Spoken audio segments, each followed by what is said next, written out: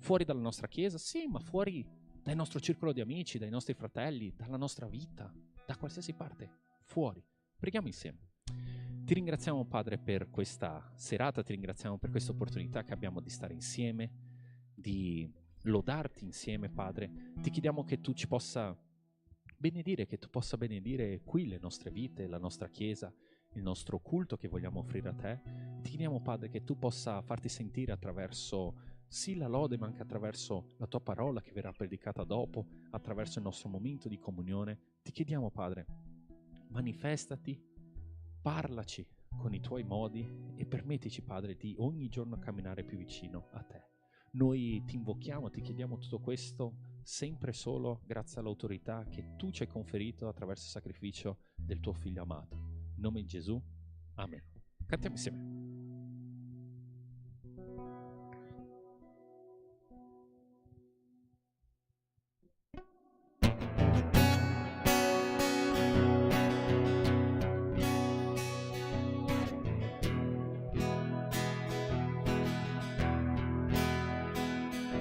Sulle nuvole verrai, i re si inclineranno a te.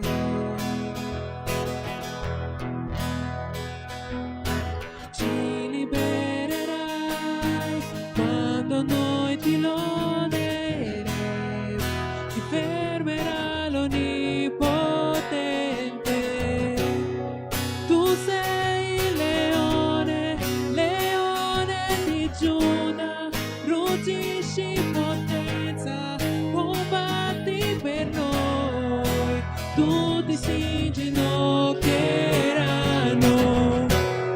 Oh, tu sei l'agnello, l'agnello immolato, hai vinto e spezzato le catene del peccato, tutti si inginocchieranno qui davanti a lui, tutti si inginocchieranno. Oh, oh, oh,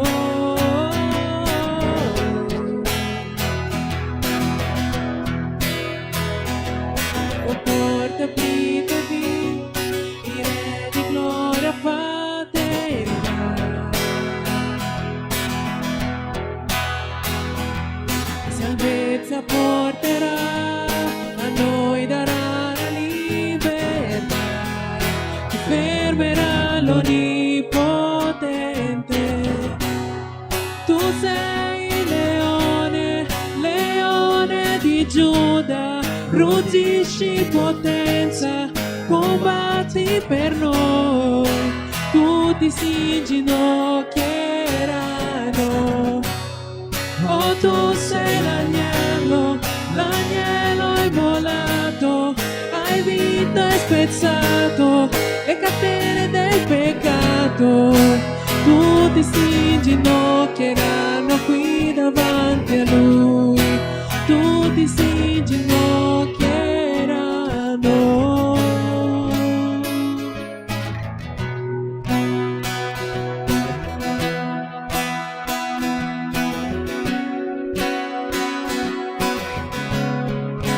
Fermerà l'Onnipotente, ti fermerà l'Onnipotente, ti fermerà l'Onnipotente, ti fermerà l'Onnipotente.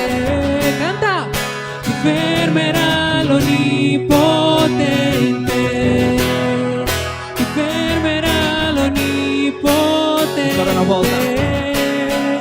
Ti fermerà l'Onnipotente, ti fermerà. Tu sei il leone, leone di Giuda, ruggisci potenza, combatti per noi, tutti si inginocchieranno.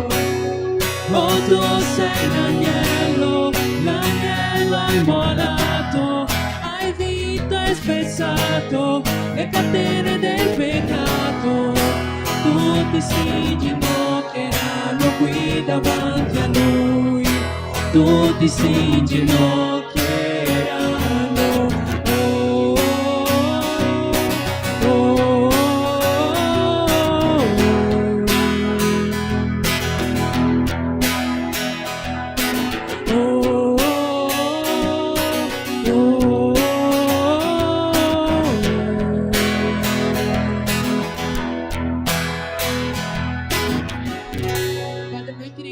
Perché sappiamo che tu hai piani molto più alti per noi di quelli che noi magari pensiamo. Padre, ti ringraziamo perché la nostra mente ha una visione molto ristretta. Ti ringraziamo, Padre, perché noi siamo umani, perché è solo così che la tua parola, il tuo essere, Padre, può risplendere, che la tua parola, Padre, che la tua presenza possa sentirsi qui questa sera, Padre, che possa accompagnarci durante questa serata, che possa accompagnarci durante il percorso che faremo quando torneremo a casa, Padre, che la tua presenza possa essere sempre in mezzo a noi, Padre. Amen.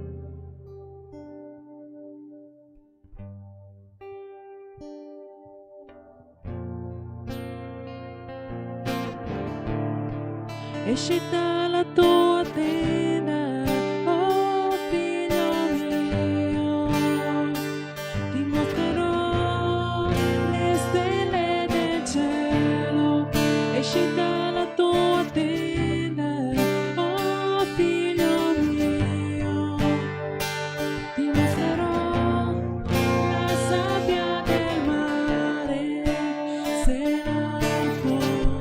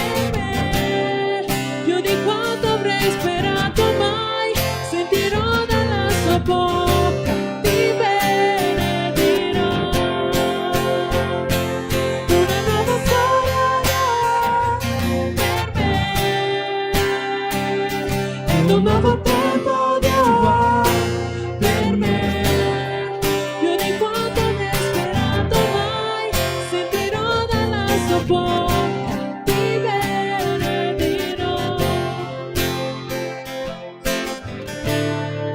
Esci dalla tua tenda, oh figlio mio, ti mostrerò le stelle del cielo.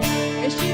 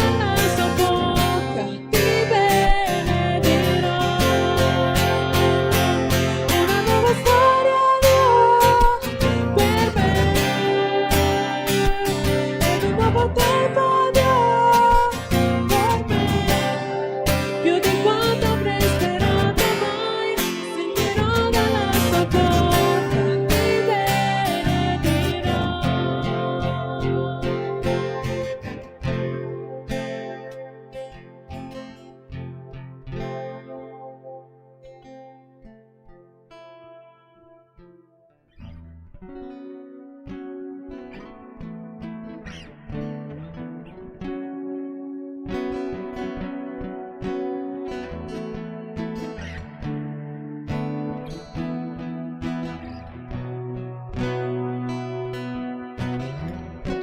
questo possa essere un momento in cui possiamo lodare il Signore col nostro cuore, con la nostra mente. Non serve rimanere perfettamente a passo col testo. Non siamo qui per cantare una canzone, non siamo qui per fare delle note giuste. Siamo qui per lodare il Signore. Che questo possa essere, sì, è vero, sì è. Che questo ora possa essere un momento di preghiera, possa essere un momento di parlare con Dio, possa essere un momento di lodare il Signore con i nostri pensieri, con la nostra bocca, col nostro corpo, con la mente completamente verso di Lui. Signore, io ho questa cosa che mentre sto cantando io ho bisogno completamente di dartela in questo momento, ho bisogno di pregare. Prega questa cosa. Signore, questa cosa mi affligge. Io non riesco a cantare perché sto pensando a questa cosa. Dai questa cosa, Signore. Questo non è il momento di cantare una canzone, questo è il momento di adorare il Signore. Se c'è qualcosa che ti sta impedendo di adorare il tuo Signore, che questo sia il momento che tu dia questa cosa al Signore. Noi continueremo a cantare.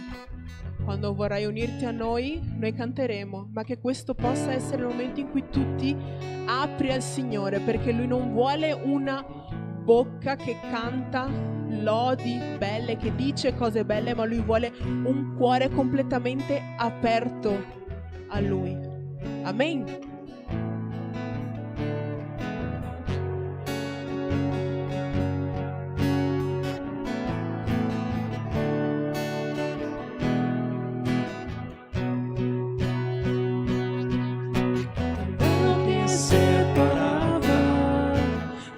Separerà la luce una volta spenta, ora brilla e sempre forte brillerà. Cantiamo il velo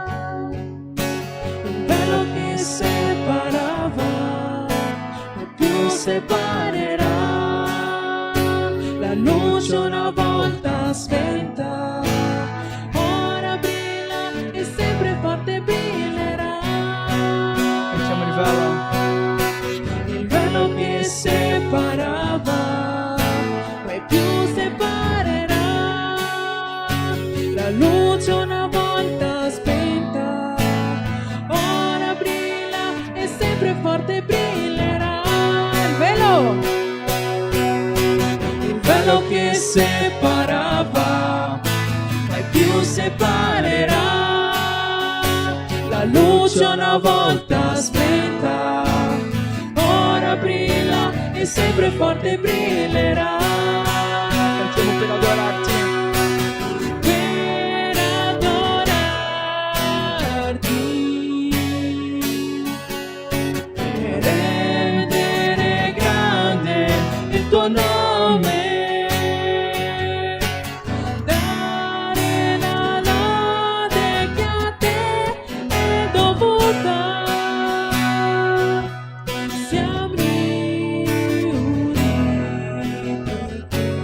Per adorarti. Per adorarti, rendere grande il tuo nome, dare la lode che a te è dovuta. Siamo riuniti qui. Il velo che separava, Dio separerà, la luce una volta spenta, ora brilla, sempre forte brillerà. Cantiamo il velo. Il velo che separava, mai più separerà, la luce luce una volta spenta, ora brilla e sempre forte brillerà. Cantiamo il velo. Il velo che separava mai più separerà. La luce una volta spenta, ora brilla e sempre forte brillerà. Cantiamo per adorarti, Signore. Per adorarti,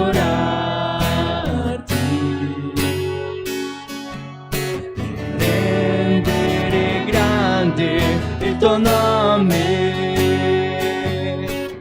dare la lode che a te è dovuta. Siamo uniti. Cantiamo per adorarti, Chiesa. Per adorarti. Per cosa? Rendere grande. Dare Solo Lui.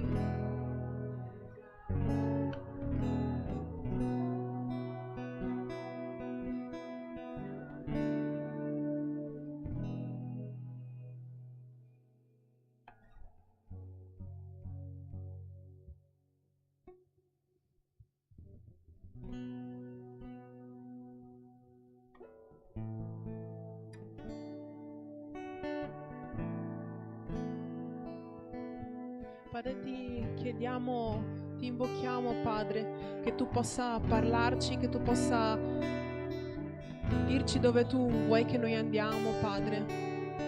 Ti prego di portarci in queste acque profonde, Padre, in queste acque dove noi non avremo uscita, Padre, e lì sapremo che l'unica ancora di salvezza sarai tu. Ti preghiamo, Padre, che tu possa essere quest'ancora di salvezza, che possiamo fidarci soltanto a te quando non vediamo a destra e a sinistra nessuna sicurezza, Padre, che tu possa essere la nostra sicurezza.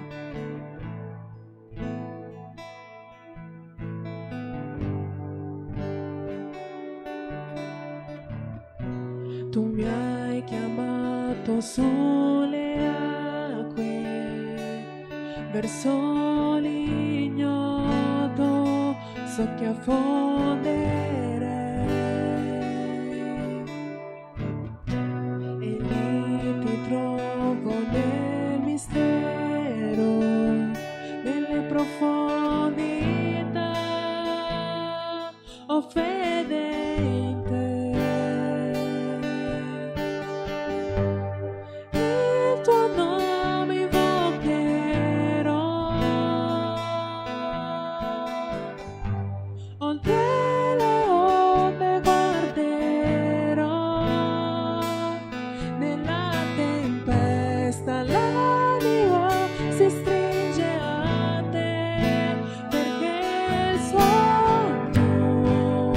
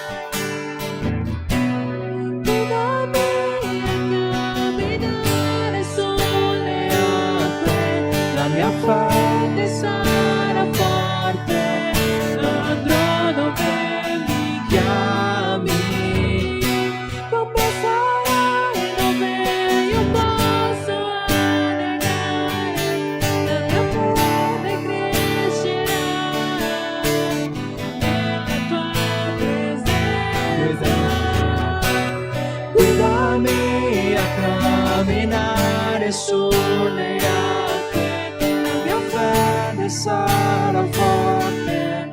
Andrò dove mi chiami, come sarai dove Io posso annegare, la mia fede crescerà nella tua presenza.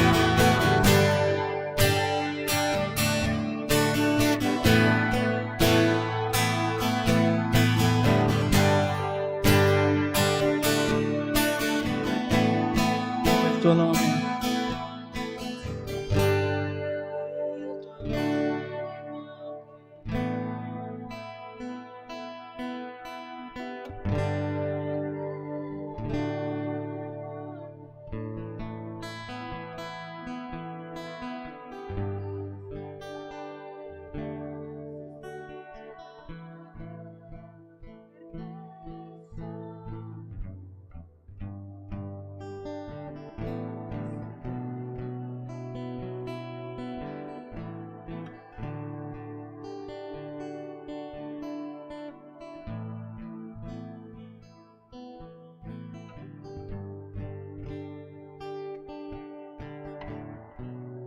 Il tuo nome invocherò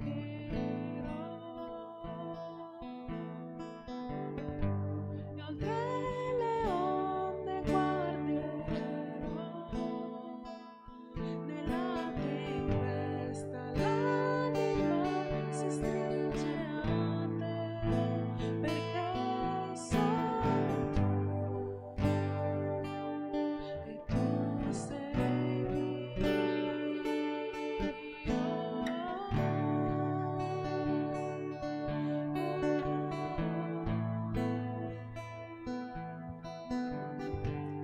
L'ultima volta, oltre le onde, guarderò, l'anima si stringe a te. Che noi possiamo pensare a queste cose mentre che le stiamo dicendo, non perché è soltanto una canzone bella, ma è perché è quello che il Signore vuole da noi.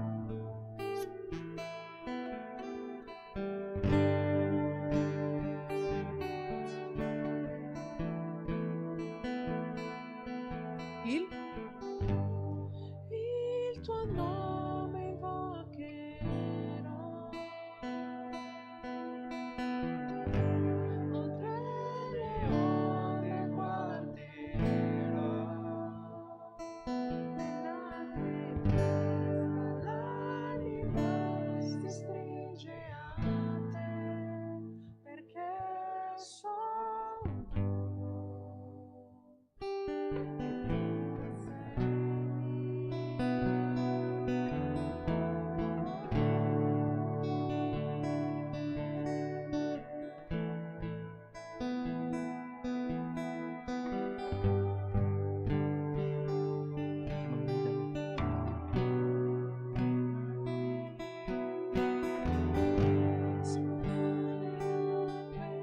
La mia fede sarà forte, andrò dove mi chiami, come sarai dove io posso annegare, la mia fede crescerà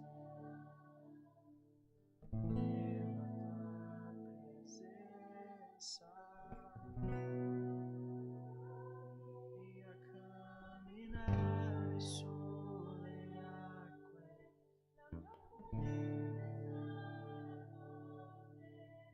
andrò dove mi chiami.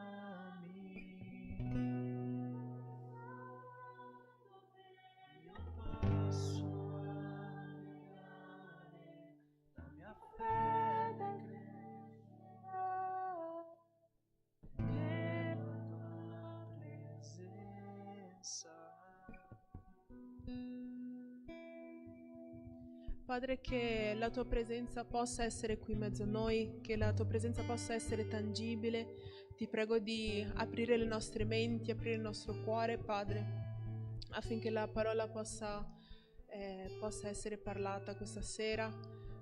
Ti prego che possa venire chiara alle nostre orecchie, Padre, che noi possiamo applicarla veramente nelle nostre vite, Padre, che possa essere una parola viva, non possa essere una parola vuota, Padre, come è la Bibbia. Nel nome santo di Gesù, Padre. Amen. Potete sedervi.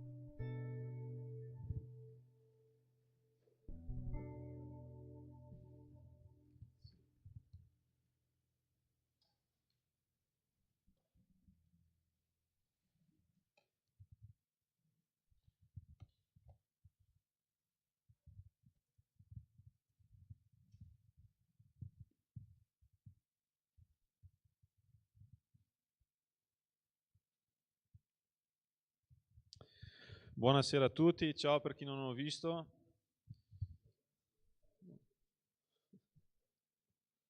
Molto bene. Bene, stasera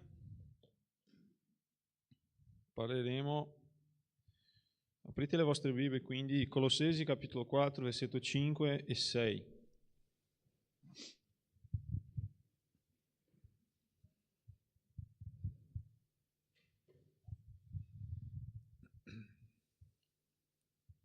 Colossesi capitolo 4, versetto 5 e il versetto 6. Dice così: comportatevi con saggezza verso quelli di fuori, recuperando il tempo. Il vostro parlare sia sempre con grazia, condito con sale, per sapere come dovete rispondere a ciascuno. Preghiamo.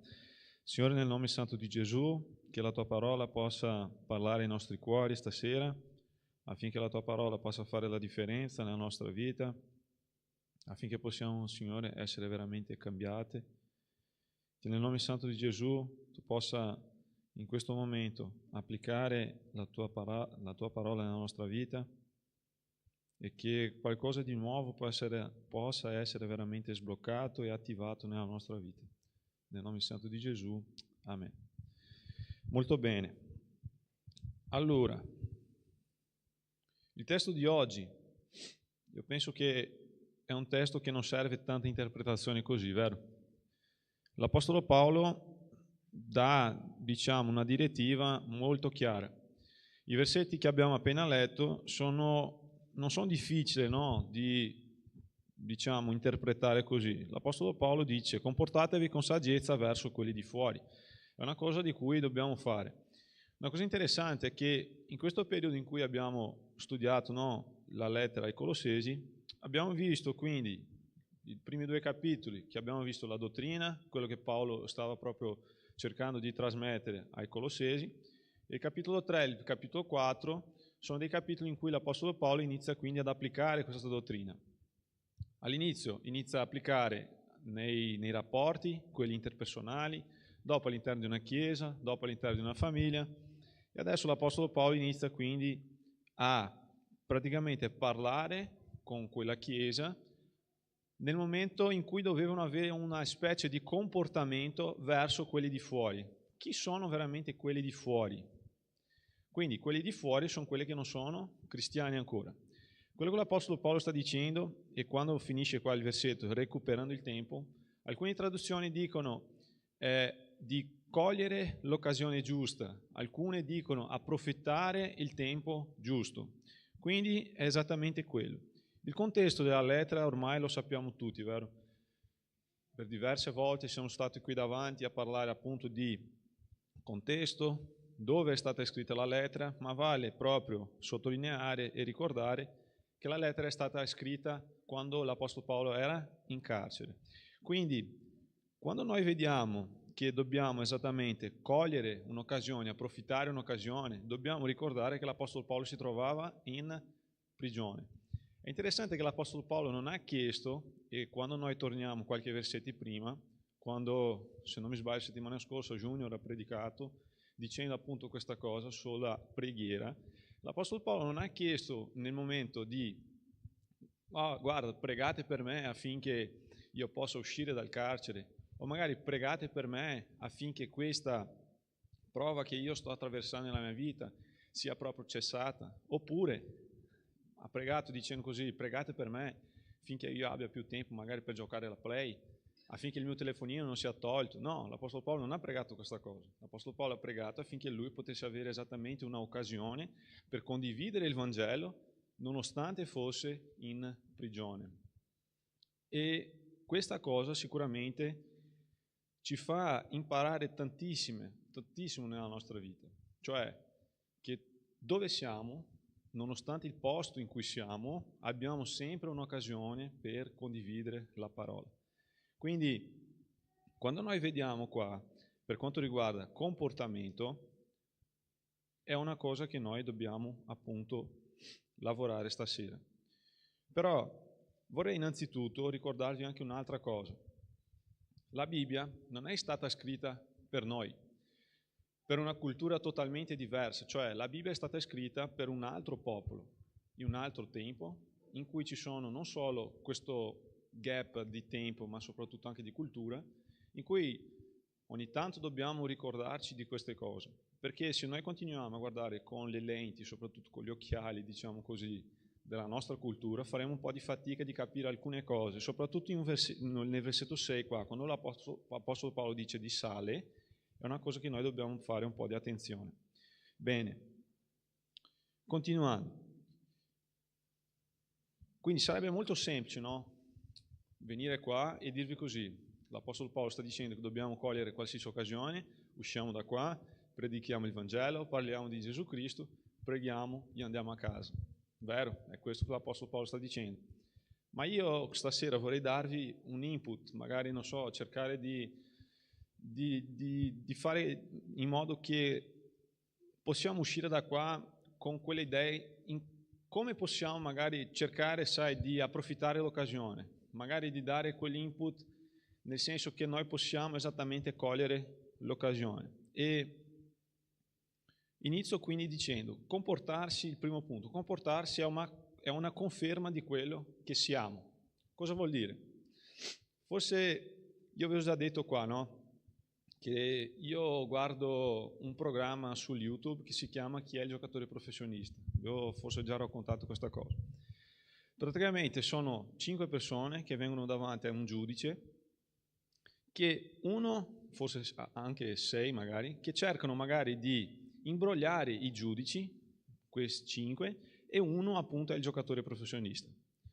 Questo giocatore professionista quindi inizia a raccontare, loro chiedono cioè, l'età, il nome, dove hanno giocato, se è ancora in attività, se sta giocando ancora. E la parte interessante è che quelle persone che sono lì per imbrogliare i giudici iniziano magari a raccontare delle piccole bugie o anche delle grosse bugie, che hanno giocato anche a Real Madrid, no? Oppure stanno raccontando una storia di un amico o magari di una persona conosciuta. La cosa interessante è che diventa ancora più difficile quando nel momento in cui loro iniziano a raccontare delle cose è che i giudici iniziano a fare delle domande che solo chi ha vissuto veramente quella situazione può rispondere a una determinata domanda. Cosa vuol dire? Vuol dire che per sostenere una bugia e soprattutto sostenere una cosa di cui noi non lo siamo è più difficile. Quindi nel momento in cui noi iniziamo a dire una determinata cosa e soprattutto a sostenere una determinata cosa che noi non siamo, diventa ancora più difficile. Invece, quello che è il giocatore esattamente è molto più semplice, perché lui lo è. Quindi basta raccontare esattamente di quello che sta vivendo. Basta raccontare esattamente quello che lui fa nel suo quotidiano, giusto? E perché vi sto raccontando questa cosa? Sto raccontando adesso come possiamo applicare questo nella nostra vita come cristiani. Comportarsi da cristiani è la cosa più, diciamo, giusta da fare nel momento in cui uno ci chiede se noi siamo esattamente cristiani, giusto? Quindi, perché devo dire una determinata cosa, soprattutto come devo vivere una determinata cosa, cioè comportare davanti a una situazione di cui esattamente serve che io dimostri esattamente che io sono un cristiano. Perché? Perché se io non lo sono, diventa ancora più difficile sostenere quella situazione.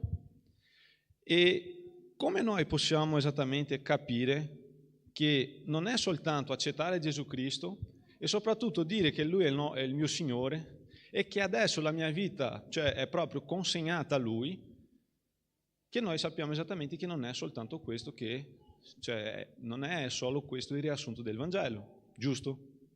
Perché l'Apostolo Paolo sta dicendo qua che noi dobbiamo anche comportarci da cristiani, approfittando esattamente con saggezza verso quelli di fuori.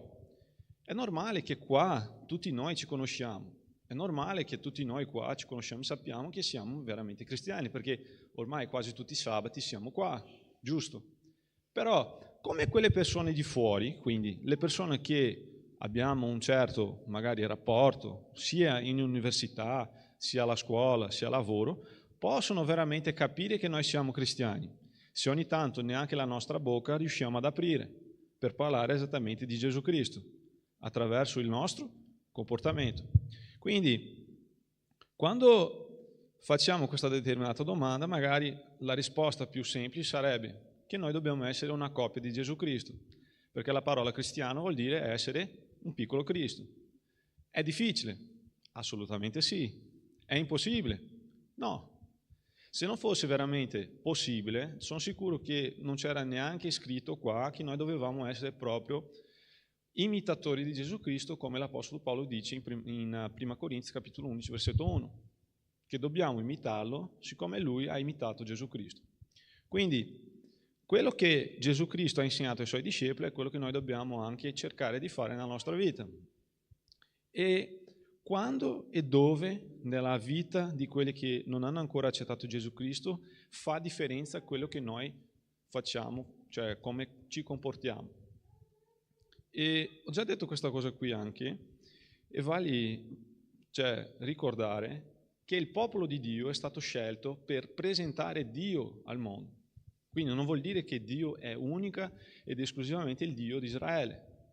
Dio può essere anche il tuo Dio se questa sera tu gli dici: guarda Signore, io voglio accettarlo come il Dio della mia vita. Ma è giusto anche capire che quando nel momento in cui Dio ha scelto il suo popolo per presentarlo al mondo, loro hanno dovuto quindi eseguire determinate cose, soprattutto fare delle determinate cose che loro dovevano appunto distinguersi dagli altri popoli. Cosa vuol dire? Vuol dire che determinate cose che loro cercavano magari, di assomigliarsi al popolo di Dio, erano fatte esattamente per cercare di imbrogliare e cercare di assomigliarsi al più possibile al popolo di Dio. E quando Dio dava magari una direttiva, una spiegazione, o soprattutto dava un qualsiasi comando, una determinata cosa, loro dovevano eseguire non perché Dio era un Dio cattivo, perché era un Dio che dovevano fare esattamente quello, ma perché dovevano distinguersi da quelli che erano gli altri popoli. Un esempio che di solito io uso sempre è l'esempio tatuaggi. Levitico capitolo 19 versetto 28, leggiamolo insieme.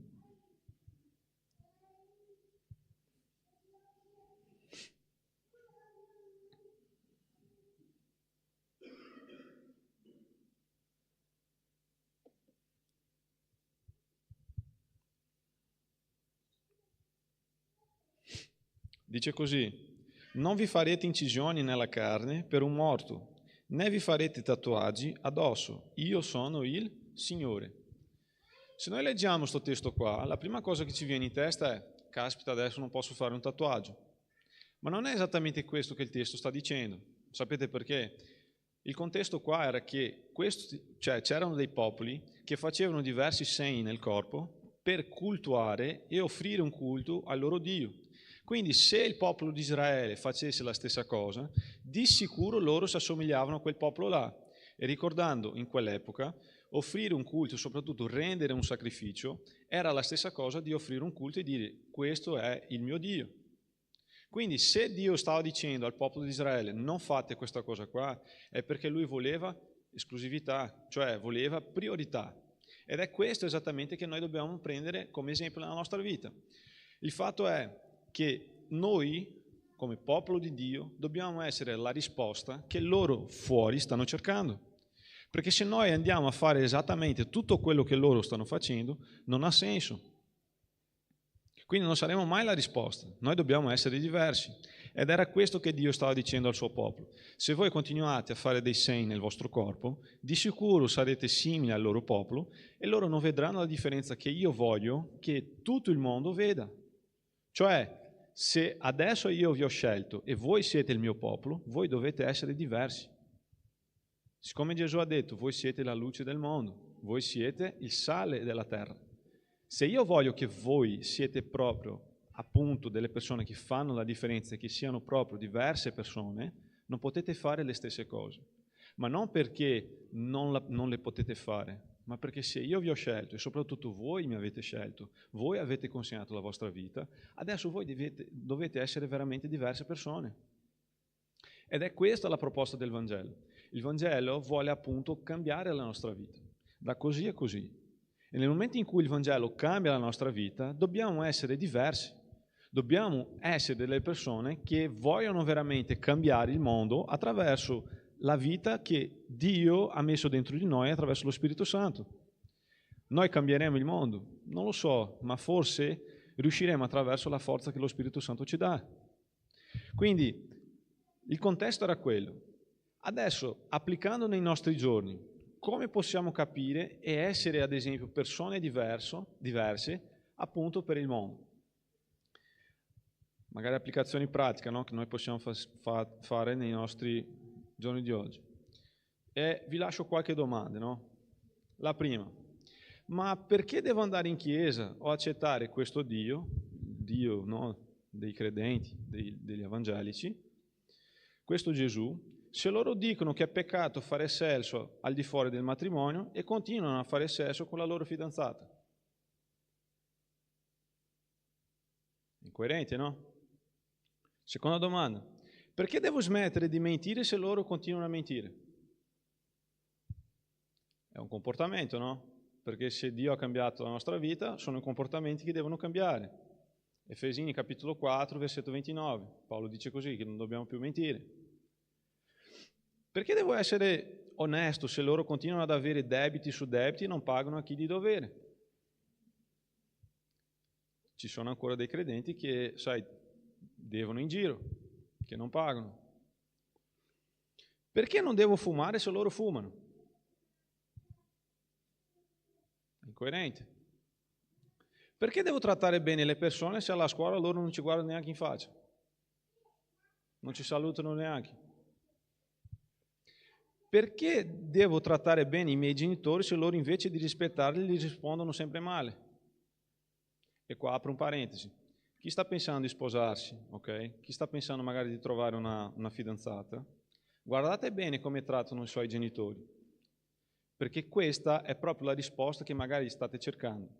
Se loro stanno trattando bene i suoi genitori, di sicuro tratteranno bene anche voi. Ragazze, ok? Se i maschietti trattano bene la loro mamma, di sicuro tratteranno bene anche voi. Io una volta ho sentito proprio questa storia, no?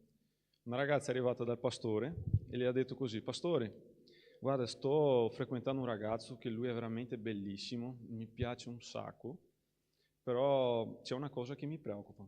Ah sì, ma che cos'è? Lui picchia la sua mamma. E io non so cosa fare, non so se lo mollo. E il pastore gli fa: beh, secondo me dovresti sposarlo. Ah sì, pastore? Sì. Poverina di questa donna, no? Sono 25 anni che lei prende delle botte, delle sberle in faccia sua, che adesso almeno deve cercare un'altra persona per dare una sberla. Deve almeno avere un rinfresco nella sua vita. Quindi sono delle cose, logicamente che lui stava scherzando, ok? Ma sono delle cose che noi dobbiamo prendere come esempio. Un'altra domanda: perché devo leggere la Bibbia se loro continuano a giocare Free Fire tutto il giorno?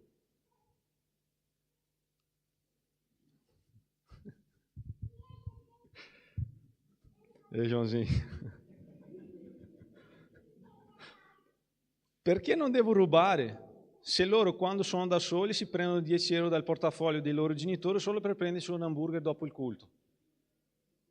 Anche io l'ho già fatto, ragazzi. Ma quando mia mamma ha scoperto, mamma mia. Perché devo essere generoso se quando facciamo i compleanni del mese o quando facciamo qualche rinfresco alla fine del culto, sembra che loro sono delle tigre africane che mangiano tutto senza pensare nei loro fratelli? Ricordate, no? Quando mangiamo qua Sembra che sono proprio nel deserto, che non lasciano, sai, niente per nessuno mangiare. Devo mangiare. Sembra il Tasmania, no? Quindi la Bibbia non è soltanto la nostra regola di fede e pratica, come noi leggiamo nella seconda lettera di Timoteo, capitolo 3, versetto 14 al versetto 17. Leggiamo insieme.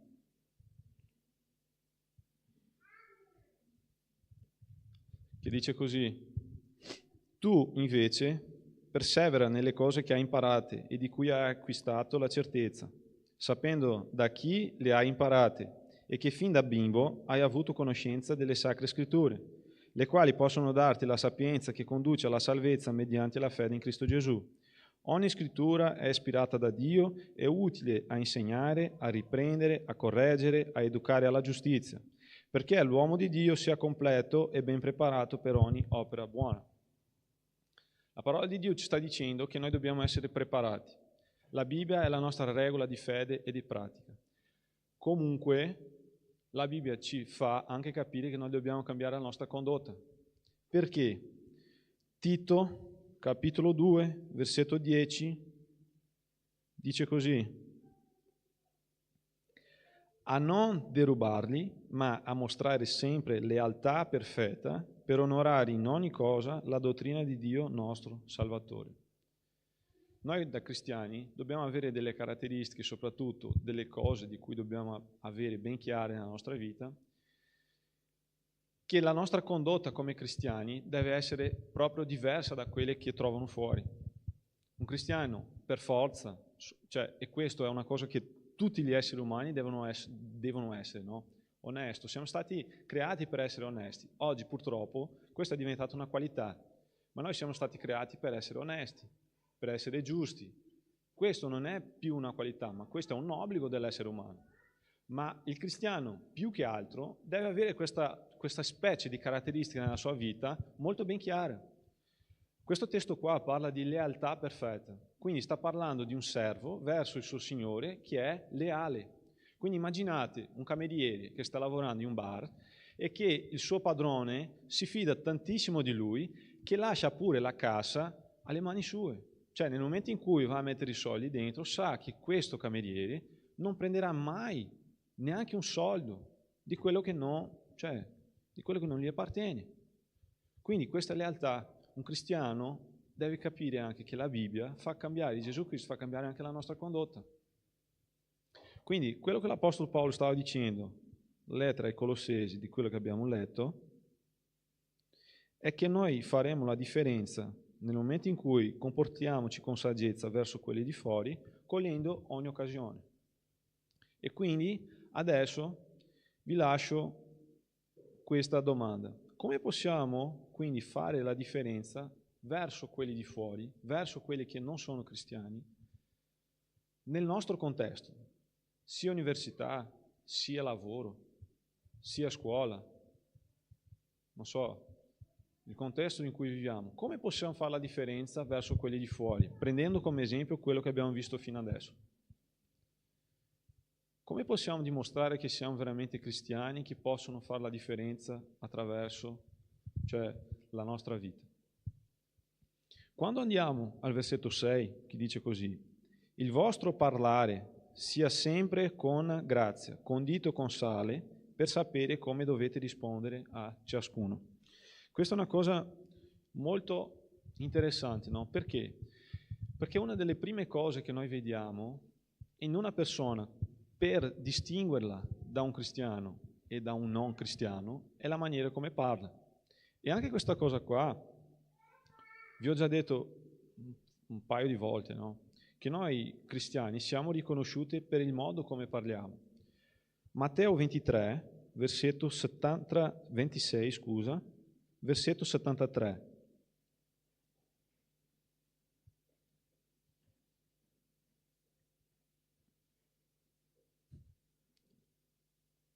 Dice così: da lì a poco coloro che erano presenti si avvicinarono e gli dissero a Pietro: certo, anche tu sei di quelli, perché anche il tuo parlare ti fa riconoscere.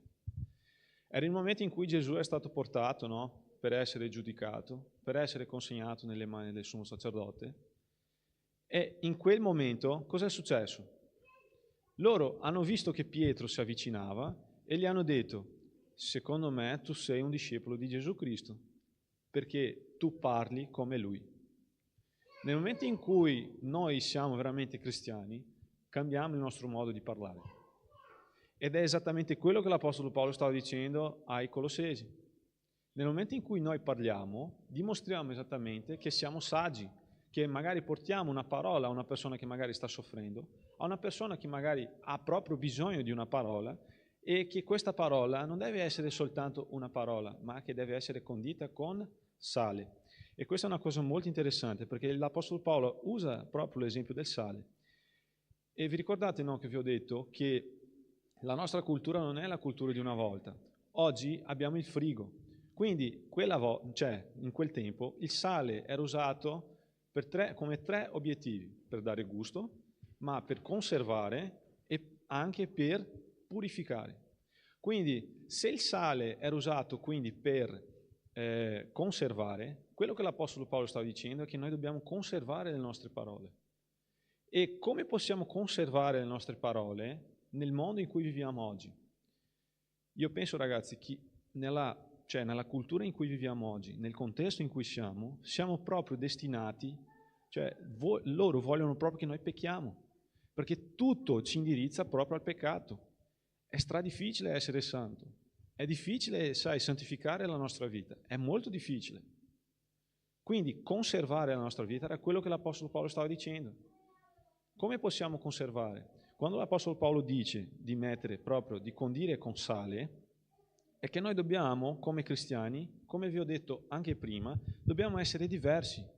Un cristiano deve avere una parola per una determinata occasione. Questo entra la preparazione che vi ho detto e entra il momento in cui possiamo proprio fare la differenza. Quando manca sale un cibo, la prima cosa che noi diciamo è: mamma mia, manca sale, non c'è proprio gusto. Questo mi fa capire che noi da cristiani dobbiamo avere sempre una parola, che non possiamo stare zitti di fronte a una determinata situazione in cui dobbiamo proprio, comportarci come cristiani e soprattutto comportarci come delle persone che devono dimostrare che siamo un servi di Cristo Gesù. Quindi una delle cose di cui dobbiamo fare attenzione è con chi stiamo camminando.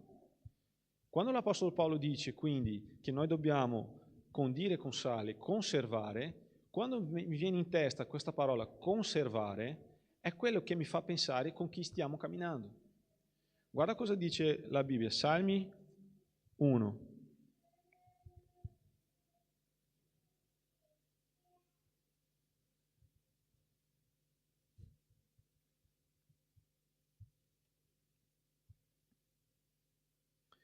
Beato l'uomo che non cammina secondo il consiglio degli empi, che non si ferma nella via dei peccatori, né si siede in compagnia degli schernitori, ma il cui diletto è nella legge del Signore, e su quella legge medita giorno e notte. Egli sarà come un albero piantato vicino a ruscelli, il quale dà il suo frutto nella sua stagione, e il cui fogliame non appassisce, e tutto quello che fa prospererà.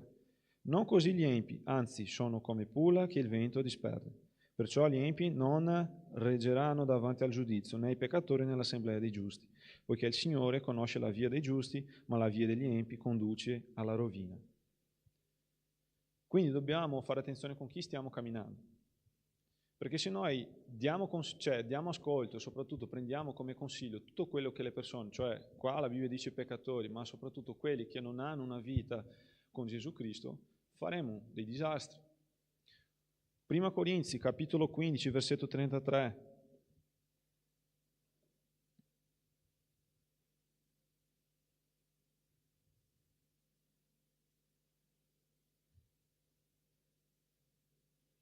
Non vi ingannate, le cattive compagnie corrompono i buoni costumi.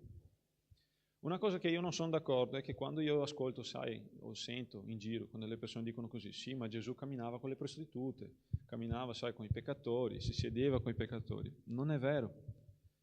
Queste persone che camminavano con lui erano ex prostitute. Perché nel momento in cui consegnavano la sua vita a Gesù Cristo, la sua vita era cambiata. E non sono neanche d'accordo quando dicono che quando una persona si incontrava con Gesù Cristo qualcosa era cambiata. Se fosse veramente così, il giovane ricco avrebbe cambiato la sua vita. E lui non ha accettato. Quindi non è detto che qualsiasi persona che ha incontrato Gesù Cristo ha avuto, un cambiamento fortissimo nella sua vita. No. Sono state le persone che hanno voluto esattamente essere cambiati nel momento in cui hanno consegnato la sua vita a Gesù Cristo. Quindi quelle persone che camminavano con Gesù, quelle persone che veramente si sedevano alla tavola con Gesù, erano ex prostitute, perché hanno voluto proprio camminare con Gesù. E magari qua oggi siamo tutti ex, perché un giorno abbiamo proprio deciso di camminare con Gesù Cristo. Eravamo ex bugiardi, eravamo ex magari non so chissà cosa, ma oggi siamo qua, perché Gesù ha cambiato la nostra vita. Quindi quello che noi dobbiamo avere ben chiaro in testa è che nel momento in cui noi oggi siamo cristiani, dobbiamo essere luce a una società che ha proprio bisogno di noi, perché siamo noi la risposta. Ma non è Gesù Cristo? Sì, è Gesù Cristo, ma Gesù Cristo farà attraverso della nostra vita. Quindi noi dobbiamo essere diversi. Quindi quando l'Apostolo Paolo dice, torniamo a Colossesi, comportatevi con saggezza verso quelli di fuori, recuperando il tempo. Il vostro parlare sia sempre con grazia, condito con sale, per sapere come dovete rispondere a ciascuno. È esattamente capire che ogni occasione c'è una parola. È capire che nel momento in cui noi dobbiamo essere proprio cristiani, dobbiamo esserlo, nel momento in cui c'è proprio la richiesta di essere cristiani. E finisco qua, e vorrei quindi chiamare il gruppo di lode, che io non credo che una cosa sia scollegata dall'altra. Quando l'Apostolo Paolo sta parlando di preghiera, una cosa che noi possiamo fare tranquillamente è pregare, chiedendo appunto questo aiuto dalla parte del nostro Signore. Perché possiamo dire così, Signore, aiutami a essere proprio, la persona che tu vuoi che io sia. Aiutami, perché io so che magari da solo non ce la faccio. Voglio veramente essere, la differenza, la risposta. Voglio essere veramente la persona che magari è veramente usata nelle tue mani per cambiare la vita di qualcuno. Dammi una mano, aiutami. Perché era quello che l'Apostolo Paolo stava dicendo prima, stava parlando di preghiera. E la seconda cosa è che noi dobbiamo, quando andiamo a pregare, preghiamo attraverso la parola di Dio. Usando la parola di Dio, dichiarando la parola di Dio. Come? Signore, la tua parola dice che dobbiamo essere proprio sale e luce. Quindi aiutami. È molto importante dichiarare la parola mentre stiamo pregando. Perché se noi dichiariamo la parola, è certezza che Dio ci risponderà. Perché Lui non può mai andare contro la sua parola. E concludo dicendo, potete alzarvi in piedi, che così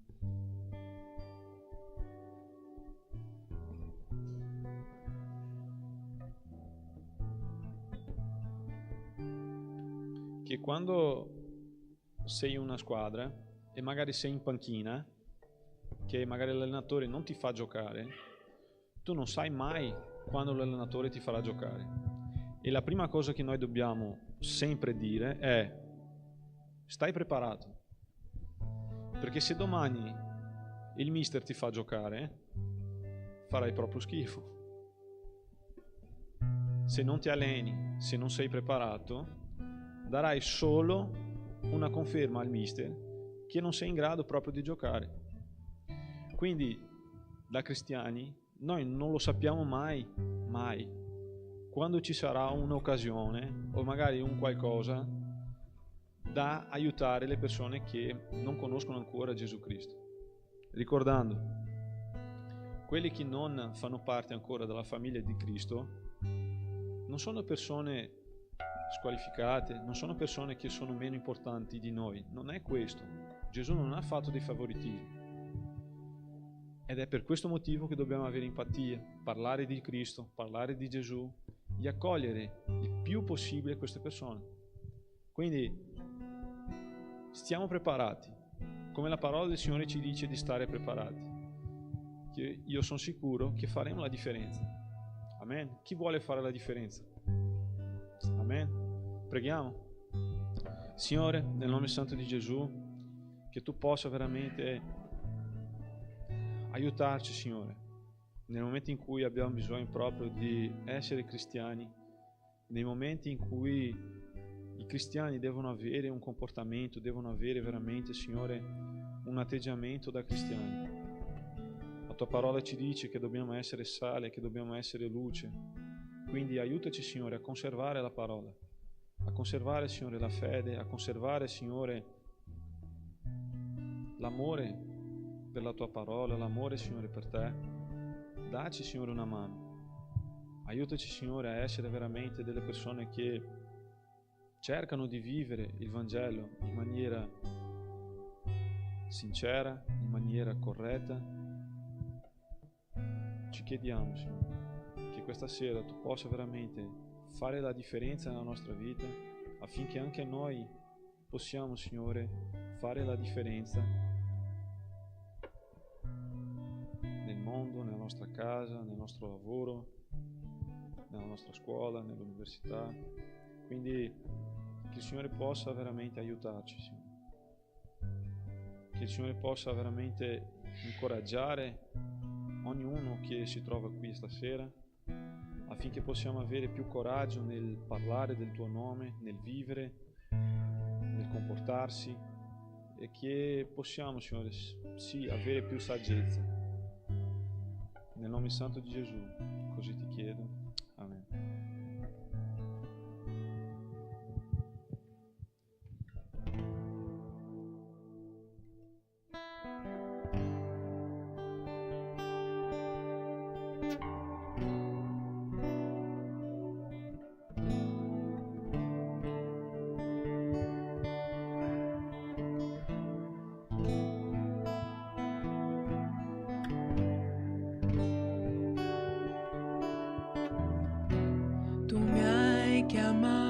Sulle acque verso l'ignoto so che affonderei,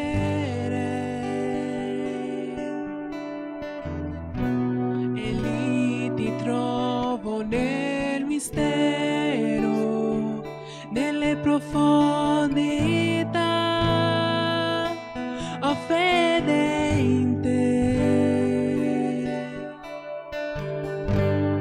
Il tuo nome invocherò,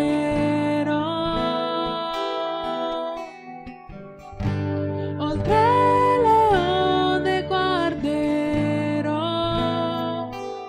nella tempesta l'anima si stringe a te, perché son tu e tu sei mio.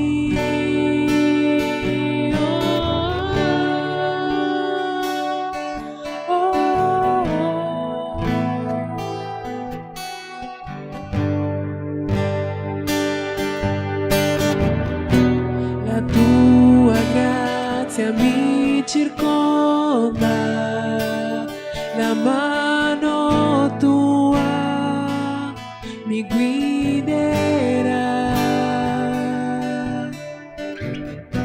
nella paura e nell'ignoto tu sei con me e non mi lasci mai.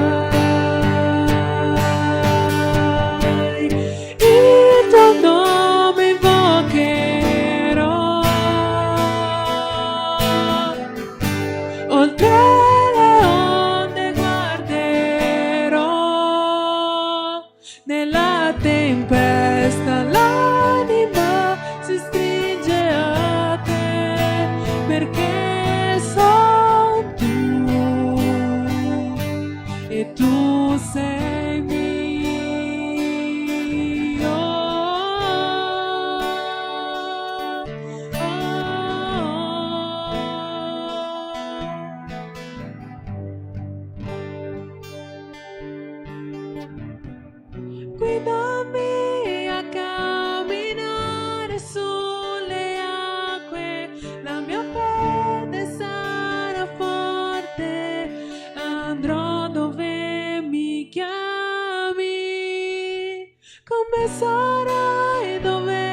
io posso annegare,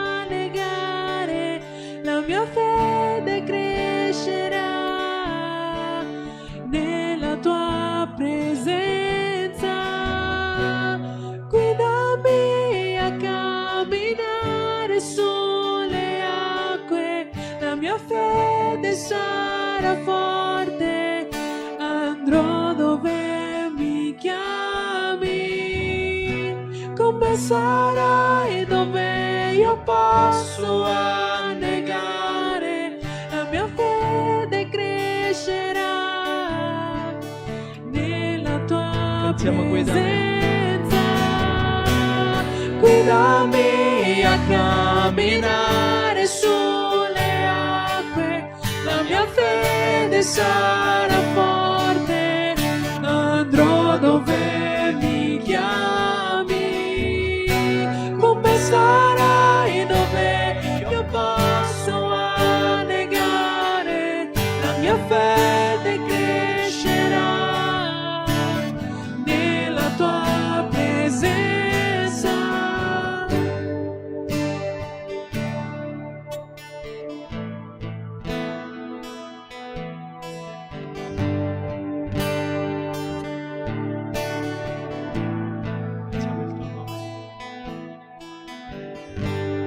Il tuo nome invocherò,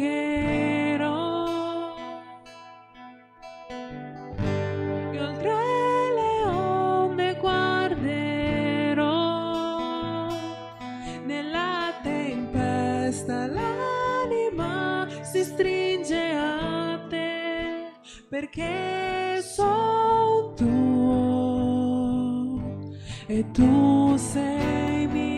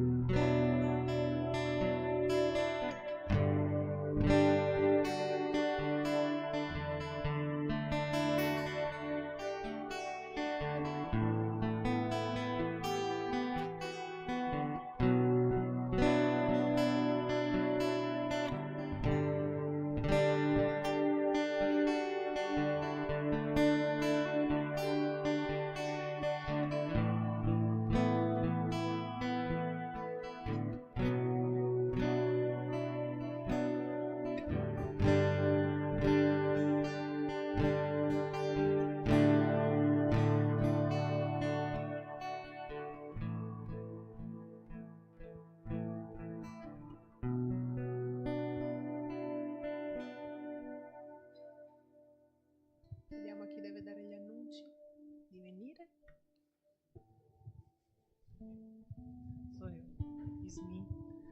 Is me. Hello. Is me. Non mi ricordo il resto della canzone. Annunci, vi rubo qualche... Non mi servono. Non mi serve guardare nel telefono per gli annunci, dai. È sopravvalutato. Bravo. Allora, abbiamo i nostri piccoli gruppi. Abbiamo stasera i maschietti, al posto di salire su di sopra nella nostra solita sala, rimarremo qua perché la sala su di sopra è occupata. Quindi abbiamo i maschietti che staranno con Pagato.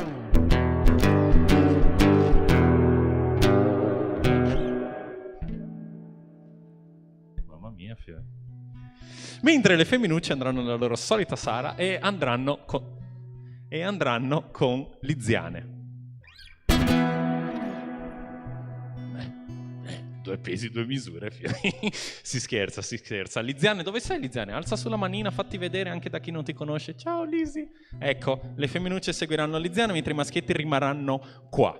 Poi abbiamo annunci piccanti stasera, abbiamo annunci forti, abbiamo annunci strong. Prima di tutto, ecco mio gigantesco, inaspettato orgoglio che vi invito caldamente al matrimonio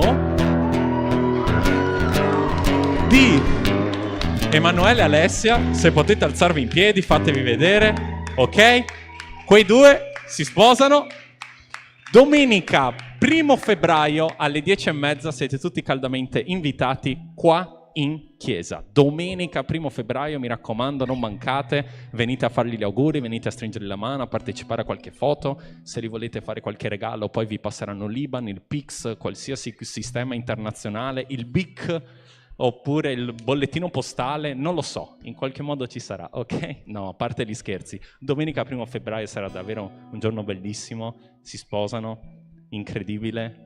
Non so quanti di voi ci avrebbero scommesso sopra, io ci ho scommesso, ci ho fatto su dei soldi, non tanti, ma dei soldi. C'era tanta gente che credeva in te, c'è poco da fare, perciò le chance erano quelle. Subito dopo, inoltre, ho l'incredibile onore di annunciare, perché avete presente il nostro campeggio 2026? Campeggio di maggio?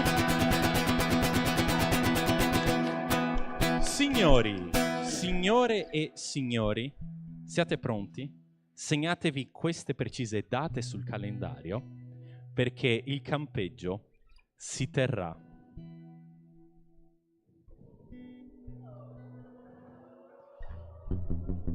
nella provincia di Belluno, all'albergo Pineta di Navegal, i giorni... Da casa non vi stanno sentendo, da casa loro vedono io che sto facendo così e cade il silenzio. Le vostre voci devono raggiungere il microfono, perciò... Grazie. 2026... Maggio, campeggio, ok? Tenetevi pronti. Dal 22 al 24 maggio 2026 avremo il nostro campeggio per tutti i nostri giovani e adolescenti. Da venerdì 22 a domenica 24. Costo complessivo sarà di 130 euro, potete già avvisare i vostri genitori. Chi paga prima ha la possibilità di pagare a rate. Perciò chi prima arriva meglio alloggia. Non so quanti posti ci sono. Per le iscrizioni, per qualsiasi altra informazione, potete rivolgervi a Giugno, laggiù in fondo, che fa così con la manina, per farsi riconoscere, ok? E Camilla, laggiù in fondo, anche lei che fa così con la manina. Non chiedete a Luigi, perché ho provato a parlargli, non mi ha risposto, ok? Perciò per qualsiasi informazione per il nostro campeggio dal 22 al 24 maggio 2026. Basta, no?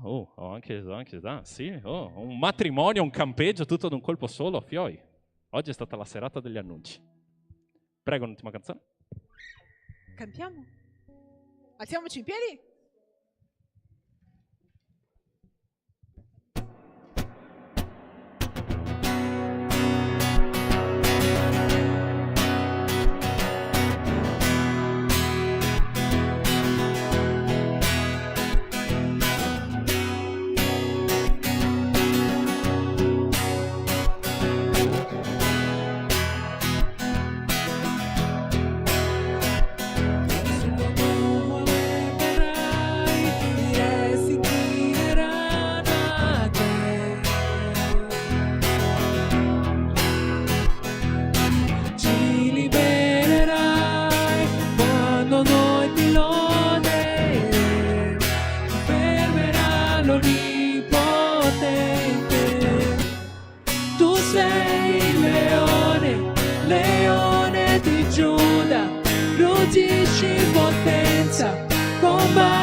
Per noi tutti si inginocchieranno. Oh, tu sei l'agnello immolato, hai vinto e spezzato le catene del peccato. Tutti si inginocchieranno qui davanti a lui, tutti si inginocchieranno.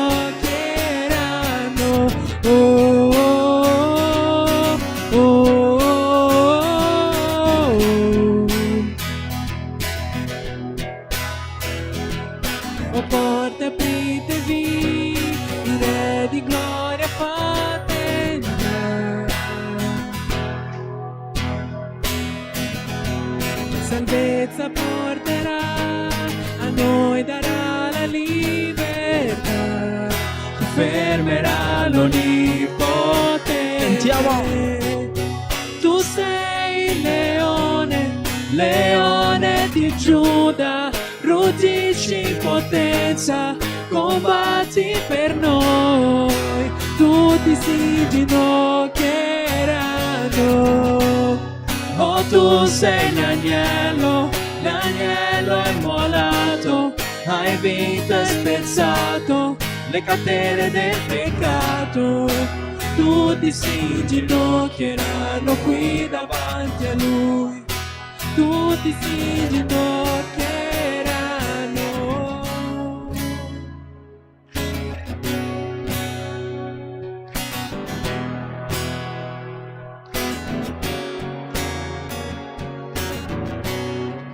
Ti fermerà l'Onnipotente, ti fermerà l'Onnipotente, ti fermerà l'Onnipotente, ti fermerà l'Onnipotente. Sentiamo chi fermerà. Ti fermerà l'Onnipotente, ti fermerà. Tu sei il leone, leone di Giuda, ruggisci in potenza, combatti per noi, tutti si ginocchieranno. Oh, tu sei l'agnello, l'agnello immolato, hai vinto e spezzato le catene del peccato. Tutti si ginocchieranno qui davanti a Lui, tutti si ginocchieranno.